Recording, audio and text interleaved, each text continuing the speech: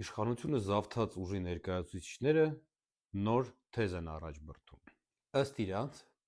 Հայաստանում քաղբանտարկյալ գոյություն չունի, հալածյալ գոյություն չունի։ Վառ օրինակներից մեկը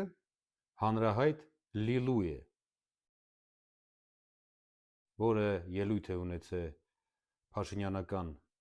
հայկական ժամանակ լրատվականի եթերում եւ հայտարարել է, որ Հայաստանում գոյություն չունեն քաղբանտարկյալներ եւ բոլոր բանտարկվածները या տերորիստ են, या մարդասպան, या կրիմինալ։ Նույն Լիլուն է, որը या դուրս էր գալիս քաղաքականությունից, या հետ էր գալիս,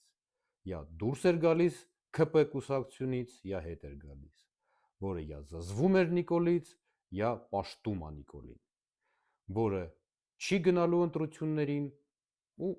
հայտնվում է, որ գնում է ընտրություններին։ Իշխանությունը զավթած ուժի համարյա բոլոր ներկայացուցիչները նույն պատկերն են,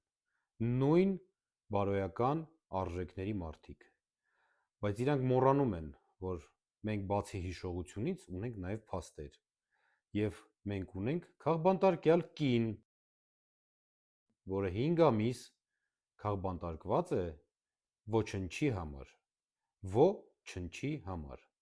Մենք ունենք 2 երիտասարդ քաղբանտարկյալ, որոնք վերջերս են բանտարկվել ազգային ժողովի ղեկավարի դանոսի հիման վրա։ Եվ առնվազն այդ 3 դեպքը քաղաքական հետապնդում է, այսինքն նստածները քաղբանտարկյալ են։ Եվ Լիլուն հերթական անգամ ցեխաջուրը լցրեց իր գլխին։